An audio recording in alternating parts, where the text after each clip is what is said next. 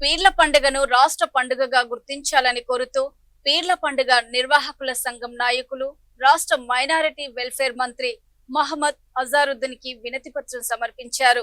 హైదరాబాద్ లోని Telangana state word కార్యాలయంలో జరిగిన ఒక కార్యక్రమానికి విచ్చేసిన సందర్భంలో మంత్రి అజారుద్దీన్ కి వినతి పత్రం అందించిన అనంతరం నాయకులు మాట్లాడుతూ మలిదశ తెలంగాణ ఉద్యమంలో అసైసే భారత్ కాళ్ళ గజ్జల గమ్మతి అనే పీర్ల పండుగ బాణిలోని పాట ఒక చైతన్య కెరటంగా పనిచేసిందని గుర్తు చేశారు.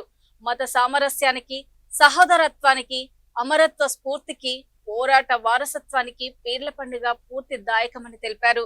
ఈ కార్యక్రమంలో మొహరం నిర్వాహకుల సంఘం రాష్ట్ర కో కన్వీనర్ ఎఫ్ఎం ఖలీల్, రాష్ట్ర నాయకులు మహమ్మద్ ముజీబ్, తెలుగు వీరన్న, ఎండి వాహిద్ తదితరులు పాల్గొన్నారు.